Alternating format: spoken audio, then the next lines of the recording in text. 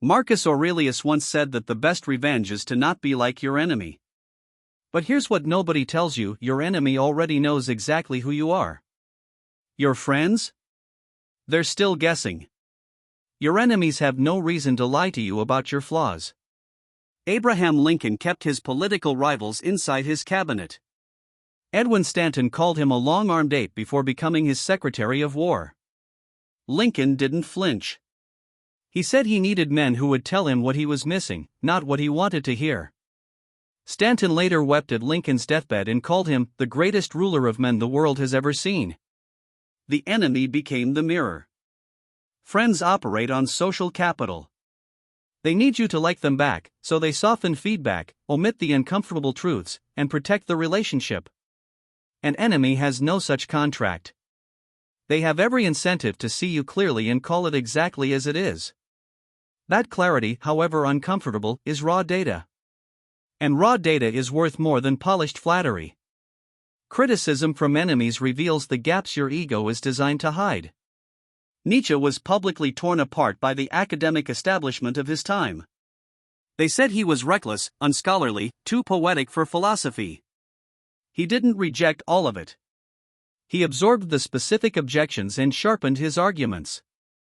What the critics called weaknesses, he turned into a philosophy of strength. The attacks didn't destroy him, they revealed exactly where his ideas needed steel. Carl Jung called it the shadow, the part of yourself you don't see because you've pushed it into the dark. Your friends rarely touch your shadow because touching it risks the friendship. But your enemies live in your shadow. They found it before you did. Every attack that genuinely stings is pointing at something real. The sting is the signal. Learn to read it instead of react to it. The man who has no enemies has made no real decisions. Consider the fed-up empath, the man who spent years trying to please everyone, avoiding conflict, staying neutral. He had no enemies. He also had no identity. The moment he started taking positions, building something of his own, setting real boundaries, enemies appeared.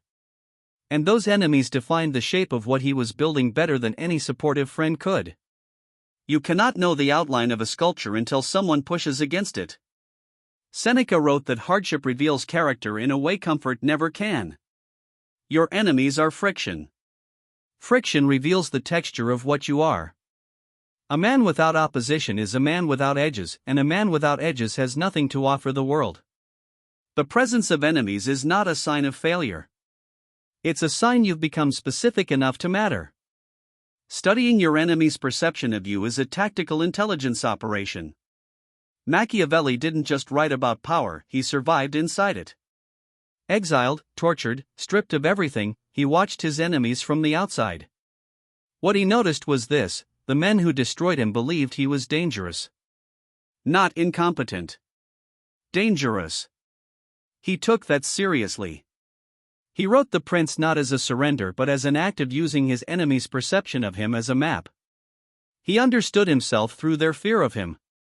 When someone attacks you, they're revealing a mental model of who you are. That model is built from observable behavior, your actual actions, not your intentions. Your friends build their model from what you tell them. Your enemies build theirs from what you do. One is autobiography. The other is biography. Biography is almost always more accurate. Read it. Reconciling with an enemy, or at least understanding them, is the highest form of self-knowledge. Viktor Frankl, imprisoned in Nazi concentration camps, made a radical choice. He studied the psychology of his captors not to forgive them, but to understand the mechanism of dehumanization. That understanding became logotherapy, a framework for meaning that has helped millions. He didn't let hatred close the window. He kept watching, kept learning, kept building a theory of human resilience from the worst possible evidence. Epictetus said the obstacle is the path. Your enemy is the obstacle made human. When you move toward understanding instead of away from resentment, you reclaim agency. You stop being the victim of their perception and start being the student of it. That shift, from reacting to studying, is where self-mastery actually begins. Not in meditation retreats. Not in therapy. In the friction of opposition. Here's what we covered. 1. Your enemies tell you the truth your friends are too careful to say. Treat their criticism as data, not as an attack. 2. The things that sting most are pointing directly at your blind spots, your shadow, the gaps your ego was designed to hide. 3. A man worth opposing is a man worth becoming. Your enemies are proof you've made real decisions, built real things, taken real positions. Most men never get there. You have 3 choices now. Ignore your enemies and stay comfortable. Fight your enemies and stay reactive. Or study your enemies and become someone they can no longer predict.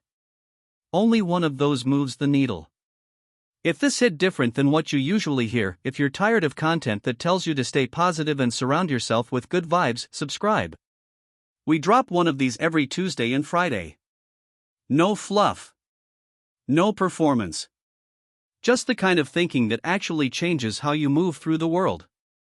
See you Tuesday.